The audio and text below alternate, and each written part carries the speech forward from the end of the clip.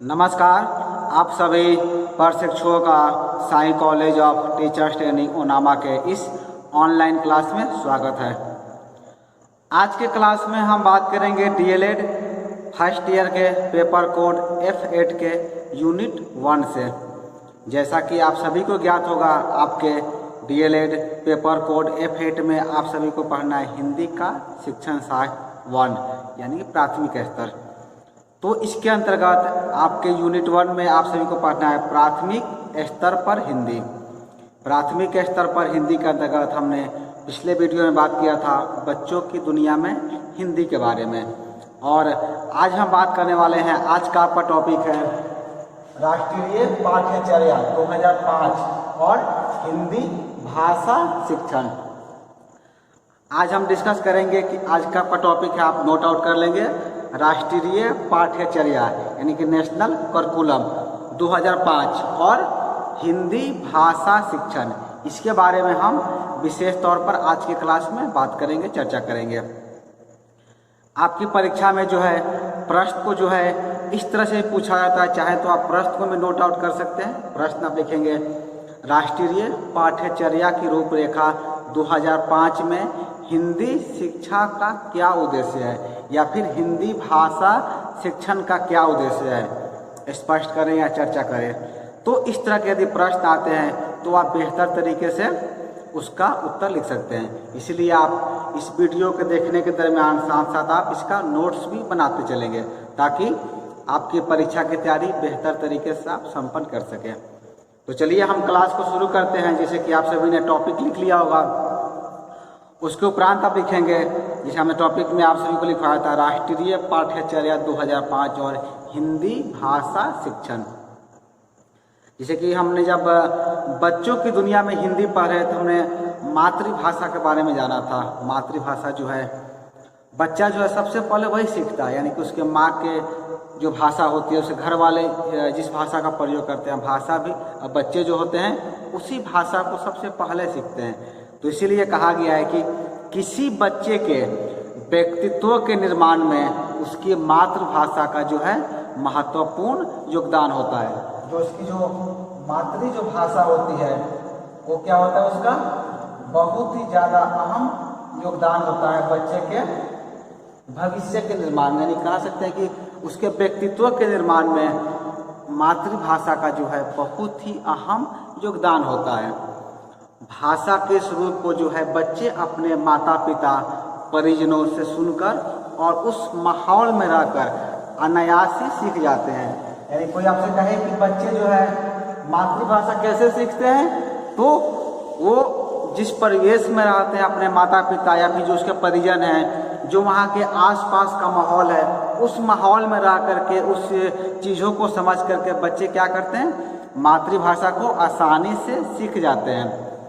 उसके उपरांत जब वो मातृभाषा सीखने के उपरांत जब वो विद्यालय जाते हैं यानी कि स्कूल जाते हैं, तब उनके पास क्या होता है, और भी कई सारी भाषाओं को सीखने को मिलता है। जैसे कि आप सभी जानते होंगे, आपके विद्यालय में 2 तरह का भाषा पढ़ाया जाता है, या तो आपको वहाँ पर हिंदी पढ़ाया जाएगा या फिर इंग्लिश पढ़ाया जाएगा।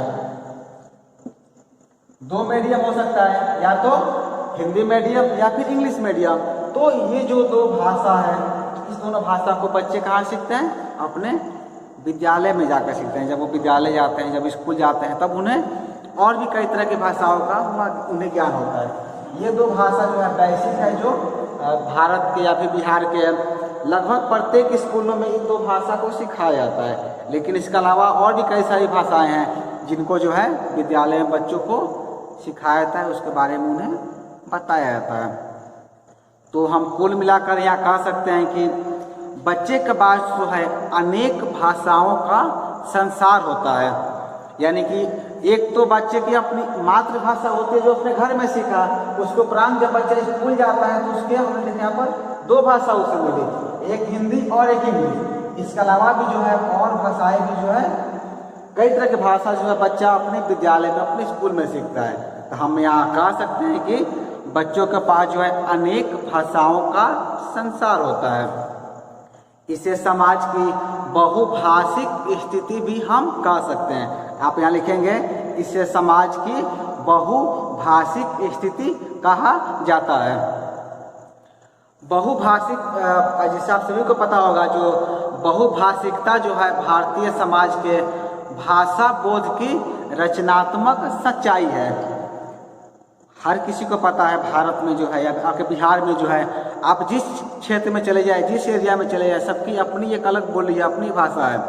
तो भारत क्या है, बहुभाषिकता का क्षेत्र है। भारत में जो है बहु तरह की भाषाएं बोली जाती है। बहुभाषिकता का भारतीय जो है समाज रहा है। वह हमारी जो है परंपरा और संस्कृति का अभिन्न अंग भी रही है। जो हमारी भाषा है, जो हमारी बोली है, वो हमारी परंपरा और हमारी संस्कृति के भी अभिन्न अंग रही है। इसके उपरांत आप सभी लिखेंगे कि बच्चों की मौलिकता एवं सहज रचना शक्ति को जो है सामने लाना हिंदी भाषा शिक्षा का जो है प्रथम दायित्व होता है। यानी कि आपका प्रथम दायित्व क्या है, आप बच्चों को यदि हिंदी भाषा पढ़ा रहे हैं, हिंदी लैंग्वेज पढ़ा रहे हैं, तो आपका पहला दायित्व है, प्रथम दायित्व आपका यह है कि जो बच्चों की मौलिकता है, जो उनकी सहज रचना शक्ति है, उसको आपको सामने प्रस्तुत करना है।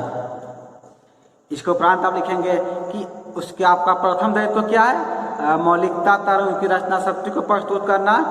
और दूसरा आपका है आत्मीय माहौल बनाना, आपकी जो है प्रथम जिम्मेवारी होती है। इस माहौल में ही जो है विभिन्न भाषाई कौशलों का बच्चों के अंदर विकास संभव हो जाता है।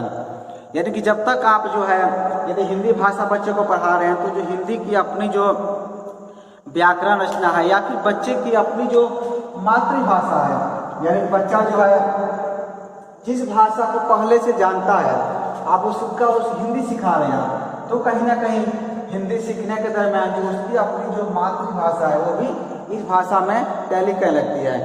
कई बार हम देखते हैं कि यदि कोई इंग्लिश बोल रहा है या फिर हिंदी बोल रहा है, तो उसकी जो अपनी मातृभाषा है, यानी मेरी अपनी मातृभाषा क्या भोजपुरी है, आपकी मातृभाषा जो है अंगिका हो सकती है, मैथिली हो सकती है, मगही हो सकती है, कुछ भी हो सकता है। तो जब आप हिंदी बोलेंगे या फिर अंग्रेजी बोलेंगे, तो जो आपकी जो अपनी मातृभाषा होती है, वो क्या है, कहीं ना कहीं उसमें भी उसका अंश दिखाई देने लगता है।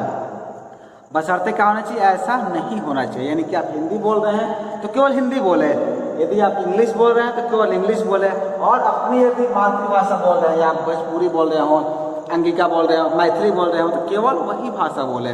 तो ये जो भाषाई कौशल का जो है विकास कब संभव है, जब आपके द्वारा बच्चे को जो है प्राइमरी स्तर से, प्रथम स्तर से बेहतर तरीके से पढ़ाया जाए, तभी आपका जो है ये हिंदी का शिक्षण शास्त्र, पेडागोजी ऑफ हिंदी जो विषय है, इसका जो है उद्देश्य पूरा हो सकता है। चलिए, इसके उपरांत आप इसमें लिखेंगे कि हिंदी शिक्षण का दायरा जो है इतना व्यापक होना चाहिए कि उसमें उल्लेखित सारे परोपकार जो है उसमें शामिल हो जाए।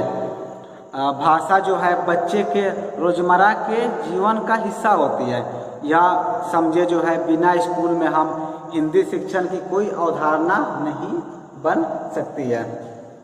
यानी इसका अर्थ क्या हुआ, आप इसमें लिखेंगे हिंदी का जो क्षेत्र क्या है, बहुत विस्तृत है, बहुत बड़ा है। हिंदी की जितनी भी उपबोलियाँ हैं, सब में कहीं ना कहीं हिंदी का समावेश हमें दिखता है। तो हमें जब बच्चे को जब भाषा शिक्षण कराएंगे, बच्चे को भाषा पढ़ाएंगे, तो एक हिंदी शिक्षण का जो है विशेष महत्व हो जाता है। जैसा कि हमने लगातार पिछले वीडियो में भी आपको बताया था कि आप कोई विषय पढ़ाएं, चाहे आप गणित पढ़ा रहे हो, विज्ञान पढ़ा रहे हो, इतिहास पढ़ा रहे हो, सबको पढ़ाने का आधार क्या है, हिंदी ही है। आप हिंदी से ही, आप हिंदी लैंग्वेज में ही, हिंदी भाषा में ही आप गणित पढ़ाते हैं, हिंदी भाषा में इतिहास पढ़ाते हैं, हिंदी भाषा में भूगोल पढ़ाते हैं। तो हिंदी भाषा जो है, हिंदी भाषा शिक्षण जो आपका हिंदी का शिक्षण शास्त्र जो है, ये ज़्यादा महत्वपूर्ण हो जाता है, ज़्यादा इम्पोर्टेंट हो जाता है बच्चों के लिए। क्योंकि जब तक आप उन्हें भाषा के बारे में सही ज्ञान नहीं देंगे, वो सब चीज़ें क्या करेंगे, बेहतर तरीके से बच्चे समझ नहीं सकते हैं। भाषा शिक्षण के लिए जो है हम क्या कर सकते हैं, विद्यालय में कई तरह के कार्यक्रम का भी आयोजन कर सकते हैं। ऐसे हम कार्यक्रम का आयोजन करेंगे तो क्या होगा, बच्चे जो है, बच्चों के अंदर जो है भाषाई क्षमता का विकास होगा। क्योंकि आप सभी जानते होंगे, जैसे कि हमने ये देखा था, जो मातृभाषा जो होती है वो बच्चे कैसे सीखते हैं, वो अपने आसपास के परिवेश से, उस सब चीज़ों सीखते हैं। तो उसी तरह यदि हम भाषा बच्चों को सिखा रहे हैं, चाहे वो भाषा आपका हिंदी हो, इंग्लिश हो या फिर कोई भी अन्य भाषा हो, तो वैसे भाषा को बच्चों को सिखाने के लिए हम क्या कर सकते हैं, अपने विद्यालय में या महाविद्यालय में या कहीं भी क्षेत्र विशेष पर हम इस तरह का कार्यक्रम का भी आयोजन कर सकते हैं, जिससे क्या होगा, बच्चों के अंदर भाषाई क्षमता का विकास होगा और बेहतर तरीके से वो भाषा को सीख सकते हैं। क्योंकि आप सभी जानते होंगे कि भाषाएं जो है सामाजिक सांस्कृतिक रूप से बनती है एवं हमारे प्रतिदिन के व्यवहार से भी बदलती है। यानी कि जैसा हमारा व्यवहार रहेगा, हम जैसे लोग के साथ रहेंगे, वैसी हमारी भाषा, वैसी हमारी बोली भी परिवर्तित होते चली जाती है। चलिए, इसके उपरांत आप सभी लिखेंगे, हिंदी जो है अनेक रूपों में प्राथमिक बच्चे के जीवन का हिस्सा बनती है। कहीं वह माध्यम जो है भाषा के रूप में, तो कहीं विषय के रूप में। हिंदी क्या होता है, प्राथमिक के स्तर पर जो है बच्चे के जीवन का एक अभिन्न अंग होती है, अभिन्न हिस्सा होती है। कहीं कहीं वो माध्यम जो है भाषा के रूप में होती है, तो कहीं विषय के रूप में होती है। इसके उपरांत आप लिखेंगे, इसी तरह हिंदी शिक्षण को केवल हम साहित्य तक सीमित करके नहीं रख सकते हैं, क्योंकि इसका दायरा क्या है, बहुत ही व्यापक है। इसे हम संकुचित दायरे में नहीं रख सकते हैं। विभिन्न विषयों के अध्ययन के दौरान समझ अवधारणाएं भाषा में ही बनती है। जैसा कि मैंने पहले आपको बताया था, जब कोई विषय हम पढ़ा रहे हो, चाहे हम गणित पढ़ा रहे हो, इतिहास पढ़ा रहे हो, तो उस भाषा को, उस विषय को यदि हमको समझाना है तो क्या करते हैं हम हिंदी भाषा में या जिस भाषा में पढ़ा रहे हैं उसी में उस चीज़ों को समझाते हैं, ताकि उस विषय को बच्चे बेहतर तरीके से समझ सकें। तो हम यह कह सकते हैं कि विषयों के अध्ययन के दौरान यानी या फिर अन्य विषयों के अध्ययन के दौरान हिंदी की जो है भूमिका बहुत ही महत्वपूर्ण होती है। इसे ही जो है राष्ट्रीय पाठ्यचर्या में इसे विशेष तौर पर रेखांकित किया गया है। जैसे जो आपका टॉपिक आता है राष्ट्रीय पाठ्यचर्या 2005, इसमें जो है इसको विशेष रूप से सम्मिलित किया गया है, विशेष रूप से इसे शामिल किया गया है।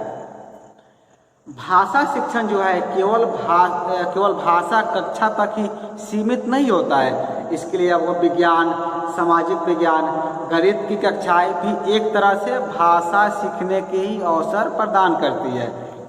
यानी कि आप कोई भी विषय पढ़ा रहे हो, बच्चे को विज्ञान पढ़ाए, सामाजिक विज्ञान पढ़ाए, गणित पढ़ाए, सब में जो है बच्चे भाषा सीखते ही है। किसी विषय को सीखने का मतलब यह होता है कि उसकी अवधारणाओं को सीखना, यानी कि उसके कंसेप्ट को सीखना, उसकी शब्दावली को सीखना, उनके बारे में आलोचनात्मक ढंग से चर्चा करना और उसके बारे में लिख सकना।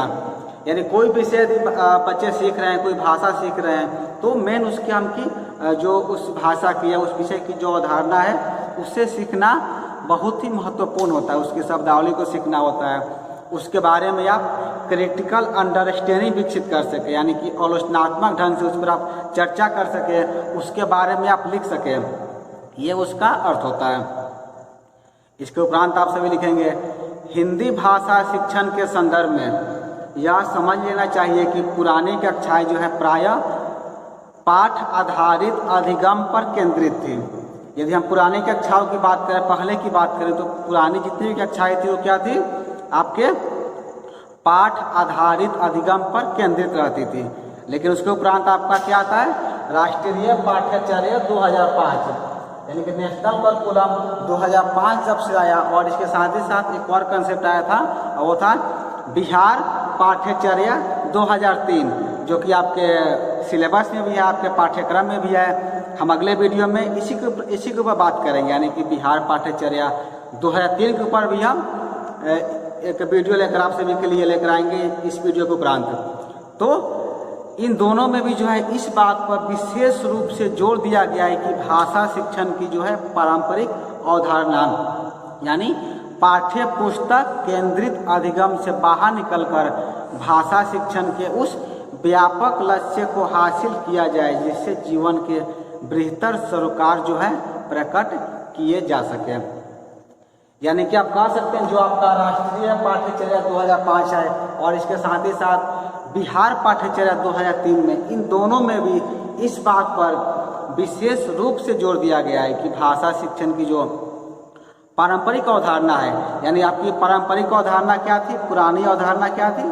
पुरानी अवधारणा यह थी कि पाठ आधारित अधिगम पर केंद्रित रहती थी, यानी कि जो पाठ हमें पढ़ाना है उसी पर हम पढ़ाते थे।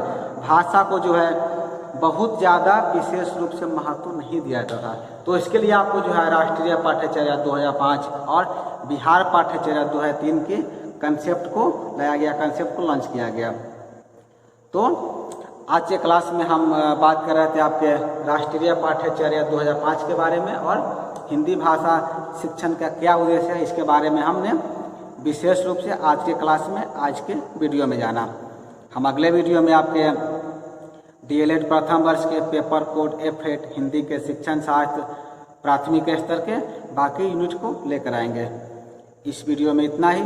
इस वीडियो को पूरा देखने के लिए आपका धन्यवाद।